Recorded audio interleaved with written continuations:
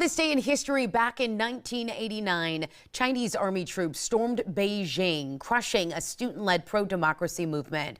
Tens of thousands of Chinese army troops, supported by tanks and armored car personnel carriers, swept into Tiananmen Square and pummeled the mass demonstration. The protests continued to escalate after the government imposed martial law in the city 2 weeks before. Thousands of people were killed in the nighttime assault and its aftermath. Some 10,000 more were hurt. Casualties included protesters and soldiers, as well as civilian bystanders caught up in the disorder. The Chinese government was condemned by nations around the world for the Beijing incident.